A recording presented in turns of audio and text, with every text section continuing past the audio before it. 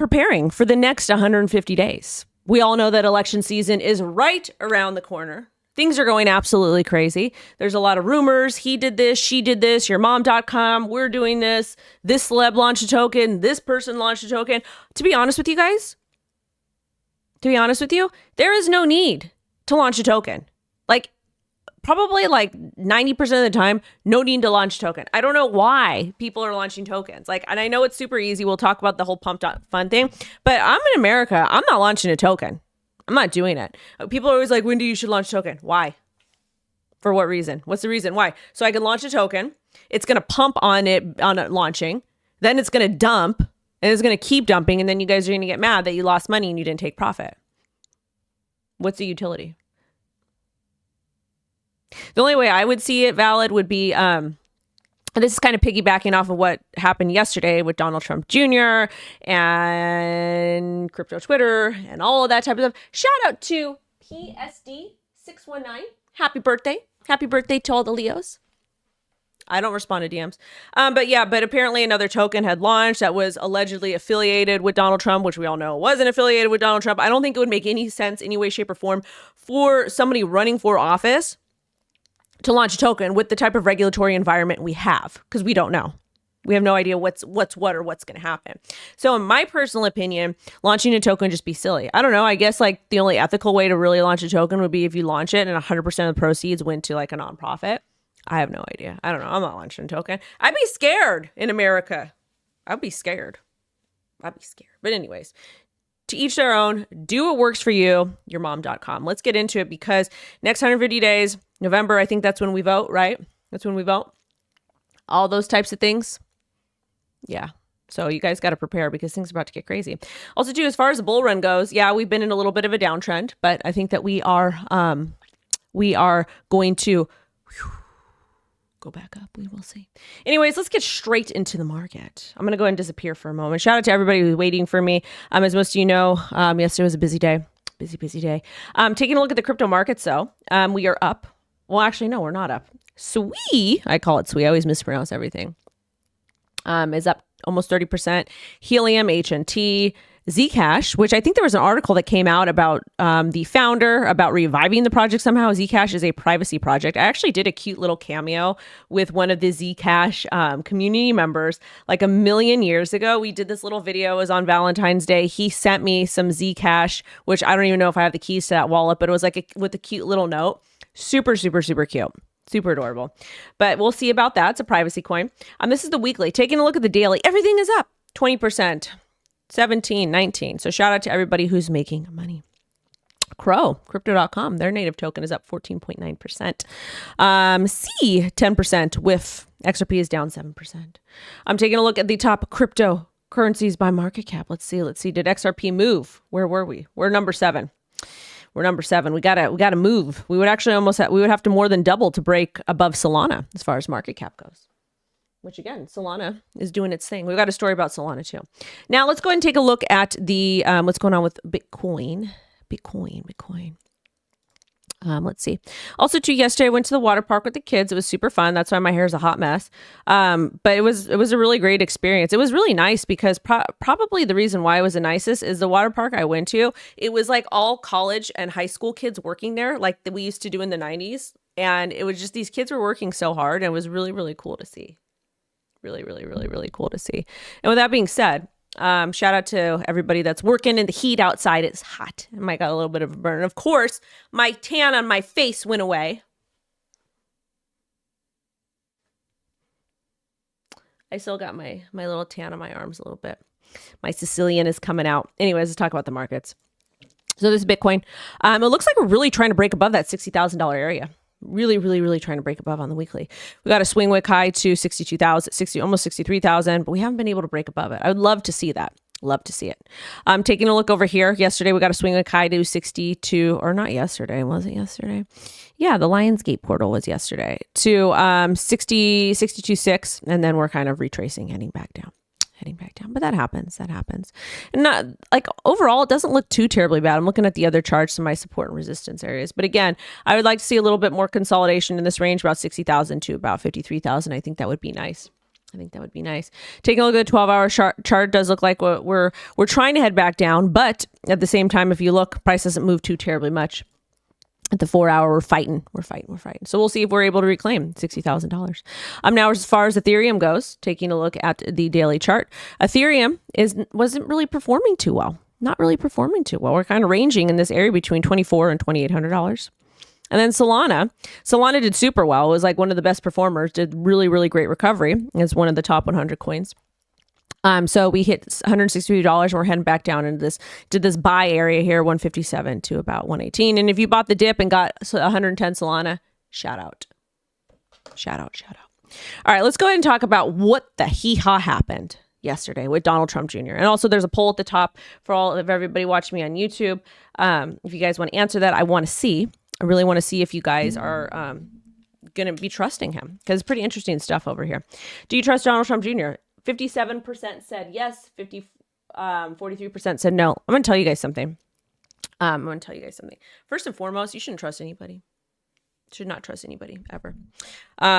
Never. Especially public servants, celebrities, those types of people.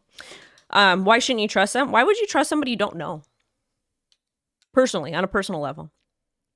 I never understand that. Like, I like to play around online and say all kinds of stuff, but unless you know somebody on a personal level, you should not be blindly trusting them. You can hear what they say, you can take that into account, you can hear their perspective, and you can form an opinion of them and their ideologies. You shouldn't trust anybody.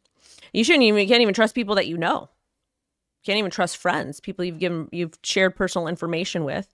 You can't even do that. But that's life. That happens. But in general, I don't trust anybody. I like to hear what they say. But again, at the same time, people in power, it's important really, really to watch them, to watch their moves, their actions. Anyways, let's talk about what happened with Donald Trump Jr. yesterday. So taking a look at this story.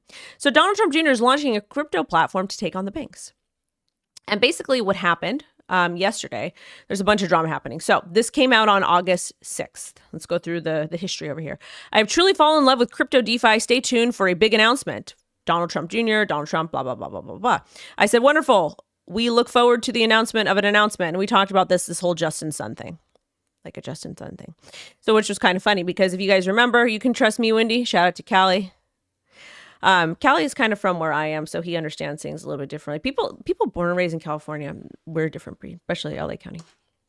But with that being said, we covered this yesterday about the announcement from Donald Trump Jr. We've got something special happening for crypto. So everybody's like, a meme coin. It's a meme coin. It's a meme coin. It's a meme coin.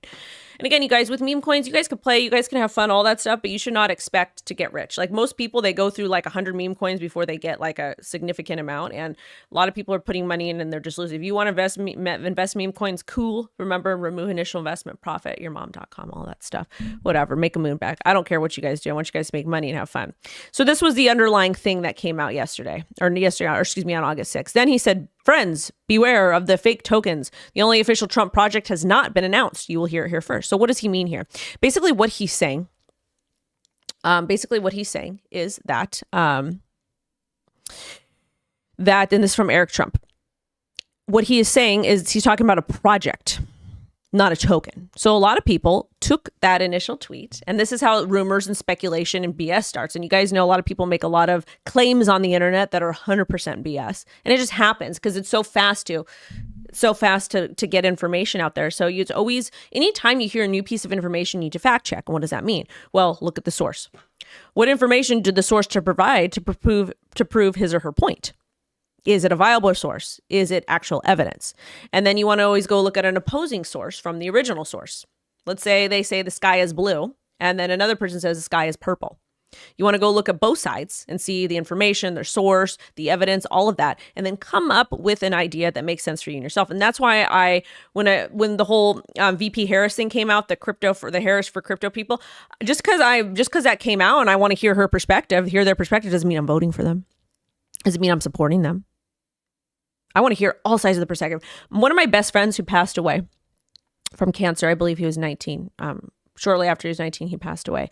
One of the things he said that he left on his legacy, and I will never forget because he was always there for me, adored him. We were really, really good friends. But one of the things he always said, and like 1,000 people came to his funeral too. He's very popular, amazing drummer, just amazing person. One of the things he said is, understand someone else's perspective. Understand someone else's perspective or hear someone else's perspective. What does that mean? That means listening to all different sources, all different perspectives, because if you just listen to one source or one perspective, you're going to be doing yourself a disservice. Doesn't mean you have to trust them, doesn't mean you have to like them, but it's good to keep an open mind because you're going to learn something. And I learned that in healthcare too, and I kind of carried that with me for my entire life. So that being said, back to Trump. So they're launching a project. So basically what happened, crypto Twitter went wild. Everybody started launching tokens, yourmom.com, all of that stuff. So things got a little bit cuckoo. And the thing is that there's so many different information comes out so fast on the internet that it's like, who do you believe? What's the real source? And when you're dealing with meme coins, these things come out so fast, it's hard to figure out what is what, which I understand. But at the same time, if you're going to be putting money into this stuff, come on. So nowhere here does it say a token, project, an actual project. And that's important to know. So there was a token that was launched. It was called RTR, and it dumped 95% after the Sun denies link to token. The Donald Trump themed meme token, RTR, plunges 95% after Eric Trump warned they have nothing to do with it. And this is what the chart looks like. That's what the chart looks like. And again, we had that whole Martin Shkreli thing where they said this is his token, his son, blah, blah, blah, blah, blah, blah, blah, blah, blah. Now, with that being said, they're talking about a crypto project, a banking project, which I think is going to be very interesting. And the reason why is it came out again with Chocolate Point 2.0 that they're censoring crypto bank or banks that are crypto friendly. Because remember when we had the banking collapse, what happened? They blamed that all on a crypto failure, which we know crypto does have failures, but that banking collapse was not because of crypto. That was due to the people running the banks making poor financial decisions with our money. So I'm curious to see what they come out with, what their crypto project is. They like DeFi, they like crypto, they like Bitcoin. So what is their project? It's not a token. Maybe the project will have a token affiliated, but be careful with whatever it is you're putting your money into. And also too, as we're talking about the Trumps, and also make sure to like and share this over here. This is from Mr. Cameron from Gemini. Harris is a no-show again for the latest crypto roundtable, but don't worry, she's really into crypto. She gets it. Progress is being made. We just can't point to anything at this time. And I agree with him here. Even though I do want to hear her perspective, I agree with him. And I told you guys it was a major failure. It was a major PR failure. She should have been at Bitcoin 2024. She should have spoken. These people have the best PR teams in the world, people that write their speeches, people that do everything for them. How hard would it have been to her go show up to the darn conference and just pander and go pander? Come on. That's what all the public servants do. Even Trump, they all do that. And she didn't show up for the crypto roundtable thing, which makes sense. And I think that's led by Cuban, Scaramucci, or whatever. The only person that I respect that is against Trump is the mooch. And the reason why is because it's an Italian cultural thing. That's why. Is because when you in Italian and Sicilian culture, family is like, we don't care. You come for a family member, doesn't matter. It doesn't matter. You come for a family member and you're completely to us forever. And that's just how it is. So he's the only person that I can relate to, and I would understand why he wouldn't want to be a part of anything with Trump. But the rest of them, come on, that's cuckoo. That's cuckoo. And that I understand because it's a cultural thing. And again, culture does matter when we're talking about a lot of stuff. But she should be active in crypto if she wants to vote, especially the younger generation. But she's not. She's not. And I know that there was drama. Everybody was calling me out because I was like, I want to, tap me in. I want to hear what this roundtable for VP Harris is about. And everyone got mad at me. They're like, you're woke, Wendy. You're blah, blah, blah, blah, blah. I don't know if you guys actually watch the show, but yeah, we're voting for whoever's pro crypto. We're voting for who can make us the most money. Why does that matter? Because why wouldn't you want to vote for somebody who's going to make you the most money? And we talk about it all the time too. And I've told you guys, the most important thing to me is when people get access to more money, they have access to better products and services. When you have access to better products and services, you can buy nicer cars, you can get nicer housing, you can decorate your house nicely, clothes, food, healthy things. And if you need something, a medical procedure, you need something done that you can't get where you live, you can go somewhere and get it. And on top of that too, like that's how poverty ends. That's how poverty ends. When small businesses are able to thrive in communities, it's such a good thing. Like it's a crazy thing. People, and that's why the Italian community was so successful in New York for a long time. Is because they were communities that came from nothing, and they got access to more money, and they, you know, made the neighborhoods nice, supported the small businesses, all that stuff. And you see that in a lot of different neighborhoods, etc. So again, I'm voting for whoever's pro crypto. And it's not, and again, at this point, Miss Harris is way too late to the table, way too late to the table. And I said multiple times, she would have to free Ross, get rid of Gensler, allow us to KYC, and stop the attack on crypto. Like, basically drop all the lawsuits. Not drop all the lawsuits, because there might be some things that the SEC does need to take care of again. But at the same time, just really be more realistic about it, you know? So I need to see a lot of changes be done. See a lot of changes happen, and that she's not going to be able to make those changes in the next 150 days, so she's not getting my vote. Now, can Trump do that? I don't know, but I would rather vote for somebody to come to office that has crypto projects, NFTs, all that type of stuff. I'm actually going to talk about why XRP not to the moon. I'm going to do a live tomorrow. Talk to you guys about it tomorrow, because it's cuckoo over there. Absolute, the entitlement is cuckoo. And then also, too, Tyler says, can anyone explain why Harris didn't attend Crypto Roundtable? Yeah, we talked about that. Now let's talk about this. Talk a little bit about the ETFs over here. U.S. spot ETFs see 192 million of inflows. Ethereum ETFs lose 3 million. So BlackRock's IBIT fund led inflows with 158 million on Thursday.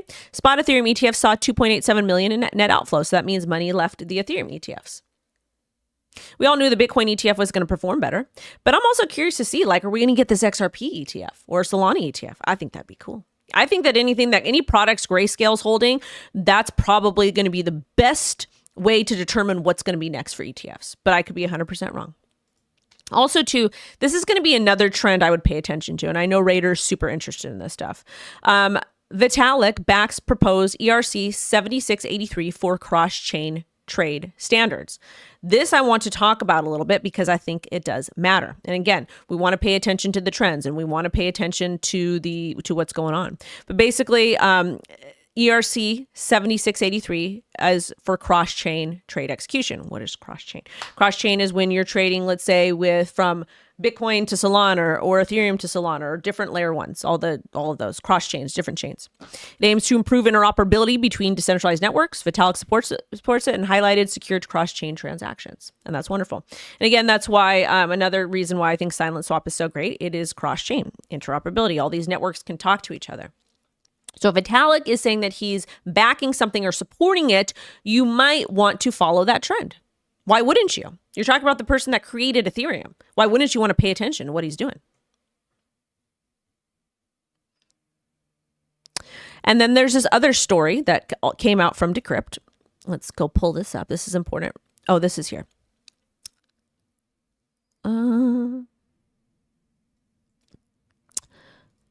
Solana developers addressed critical vulnerability with coordinated patch. What happened with Solana? There's a little bit of drama that happened.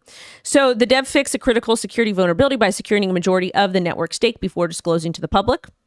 How decentralized is that?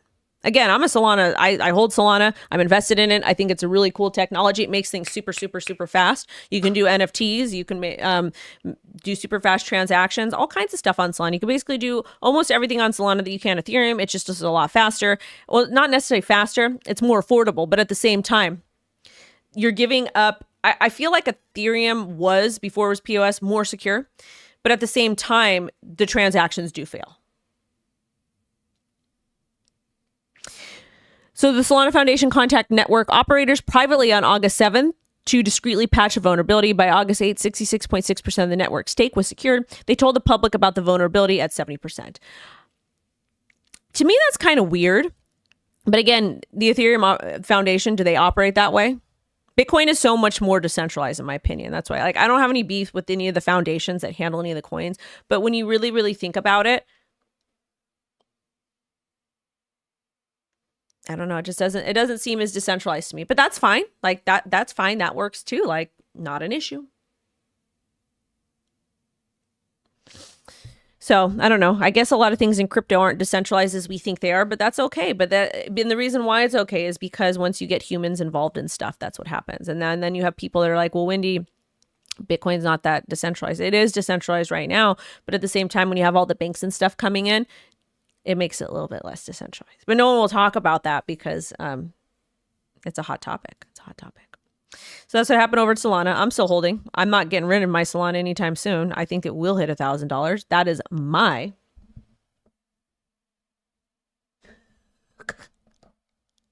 Wendy won't never be on her knees. I'll catch her before she fall. Thank you so much, Sean. I appreciate that. Yeah, Cam has shown nothing worth voting for. Nothing in Cali. Or nothing in Cali. Nothing. I agree. She's done nothing.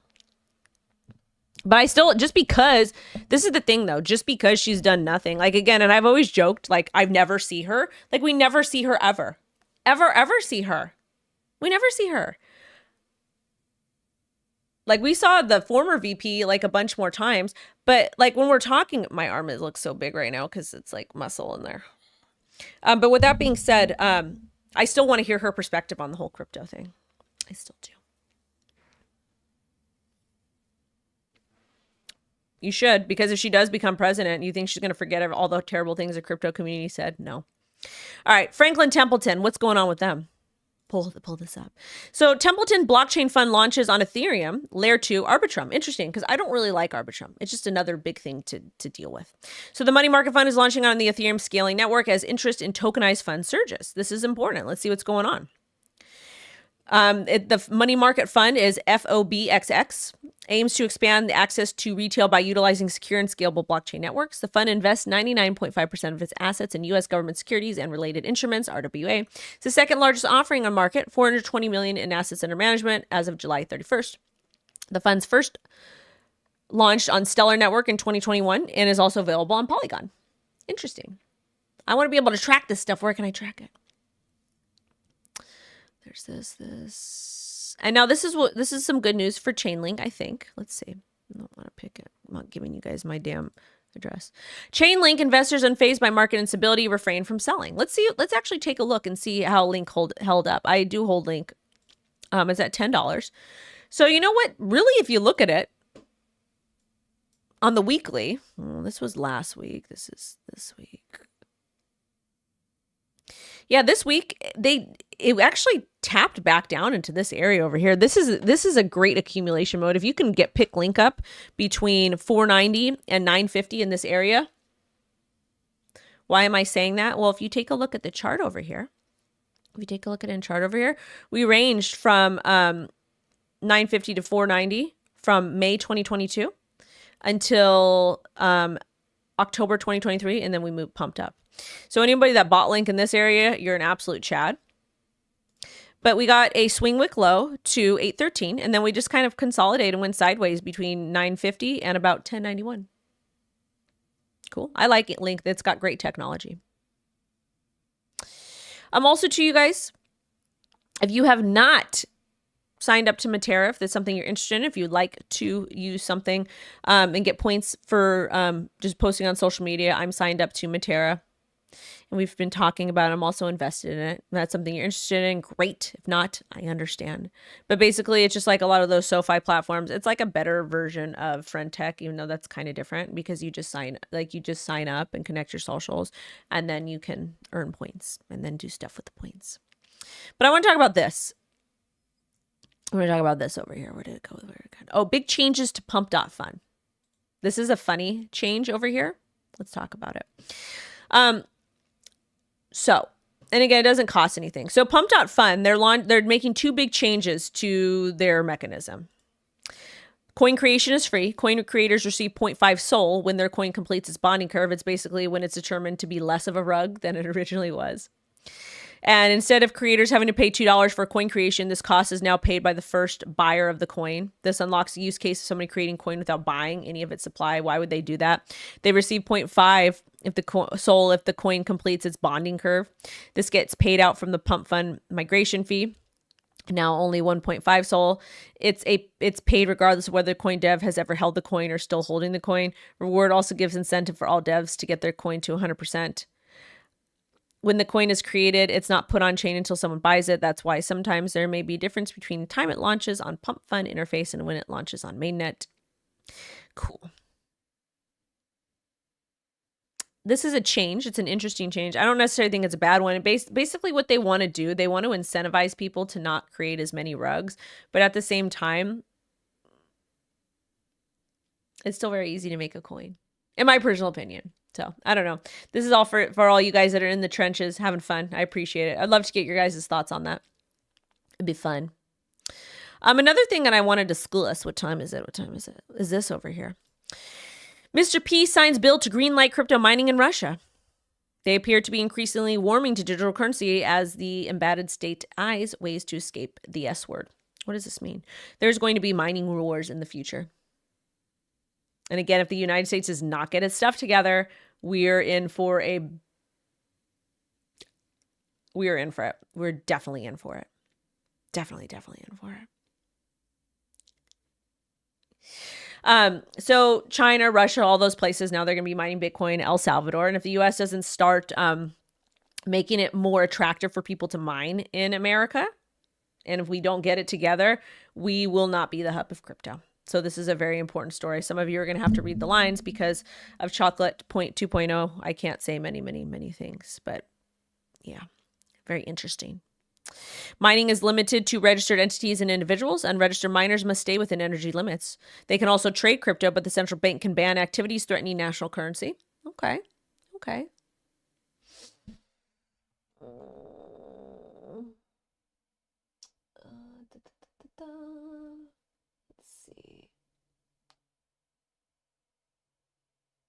No, just get her out of there. Just get her out of there, Callie. Thank you.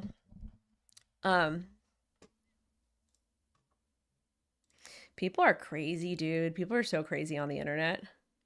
People think that they are entitled to your life. Some of y'all have never had anything bad happen to you ever, and it shows, and your privilege is very much showing. But thanks. All right, now a couple other things we got to talk about. Let's see. Customers banked to strengthen AML compliance after Fed scrutiny. So basically, there was a an attack on a lot of the banks, and one thing I will know, there's somebody I talked to, a friend of mine, that does stuff in the crypto industry. They said that Bank of America is having a lot of problems. So if you're somebody who is offloading your crypto, like your crypto profits, all of that type of stuff, if you're offloading it to Bank of America, you may have problems with your crypto exchange. So be cautious with that. Because I know all you guys are making profits and stuff. And I appreciate you guys. Thank you to my TikTok family. Appreciate it. And shout out to my YouTube family. Appreciate you guys. Gamer said, Link is bouncing off the top of that range. Gamer's going to ape in. Win Lambo. I don't want a Lambo. I like my mom car. Mom cars are better. Well, I don't know. You guys get what you want to do. I'm not a big car person. I would actually like to get, I want a thing. The It Things, is that what they're called? It Things? But they're stick. I don't know how to drive stick. That would be super cool. But they're expensive. I don't know. I'm just like easygoing when it comes to a car. Like I just want a regular mom car. I'm just like get from point A to point B. Gotta have air conditioning. But again, I also like designer handbags that I get thrifted, that I get used. But I understand why people like Lambos and stuff like that. Like boys love cars. My nephew loves cars. Oh my God. Every time he sees like a motorcyclist, he's like, or like a bulldozer. Now, that being said, I want to get back into this story. This is important. So the Fed took enforcement action against crypto-friendly banks, Customers Bancorp and Customers Bank. They offer services to crypto customers. The bank failed recent examinations related to management and AML practices. But what does it mean? Like, what did they fail? Callie says, I like Ross clothing. You know, I used to shop at Ross, but it's like, I feel like I just go to the thrift stores instead. I'm like a big thrift store person. So you guys will catch me if you guys see me at a thrift store, before I talk about this, if you guys see me at the thrift store, come say hi, but let me go shopping. Cause I'm like in there like crazy. Like I am in the thrift store. I live in the thrift store. We get all kinds of stuff there. Okay. Let me go back to crypto stuff. But I love the thrift store. I live there. And I get most of the stuff from my house from the thrift store. Actually, too, all of those purple vases that are over there, there's like 2 or 3 of them. That's from the thrift store. That white thing over there, you guys can't see. That's from the thrift store. That naked lady over there, she's from the thrift store. Like a lot of this stuff is from the thrift store. Most of it is new in the office, but a lot of it is thrifted. Because why not? And that white chair I actually got from a Costco those consignment those places where they take all the return stuff from Costco and they sell it cheap. I got that there for like 20 bucks. Anyways, I'm sorry. I get excited because I'm going to the thrift store tomorrow. All right. So I want to know, like, back to Customers Bank, they strengthened their AML compliance, but like, what did they strengthen? Because the article doesn't say. Customer Bank must submit plans to improve AML compliance within 60 days. What did they do wrong? The bank offers CBIT service for instant money transfers via distributed ledger. I think that they're hitting all the small banks so that they can allow the big banks to do the crypto stuff. Customers Bank stayed solvent during the 23 bank crisis, but limited CBIT deposits. Customers Bank instant token. So that's what's going on. This is my issue, though, you guys. This is my issue. My issue with this is that cool? Like what more AML do you need? Like, what more AML? Like, how much better are you going to update your process? Like, we're talking about a darn bank. Like, you have to give the bank all your personal information. So what other information do they need? And two, like, if you're going to get mad at a bank for helping people, you know, off-ramp their crypto or deposit their crypto in the bank, I'm just saying that's not there yet. But like, what about cash? Because you can't track cash. With crypto, you can literally track it all. So that's a question. Also, to you guys, I'm going to sign off. Also, let me know, do you think, what type of project do you think Trump and Donald Trump Jr. and Eric Trump and all those people, what do you think that they're going to be like launching? As it's not a token yet. I think if they launch a platform, they might launch a token with it, but not 100% sure. Anyways, I got to go. Sending y'all love and light. Bye. Bye, babies. Love you. I know.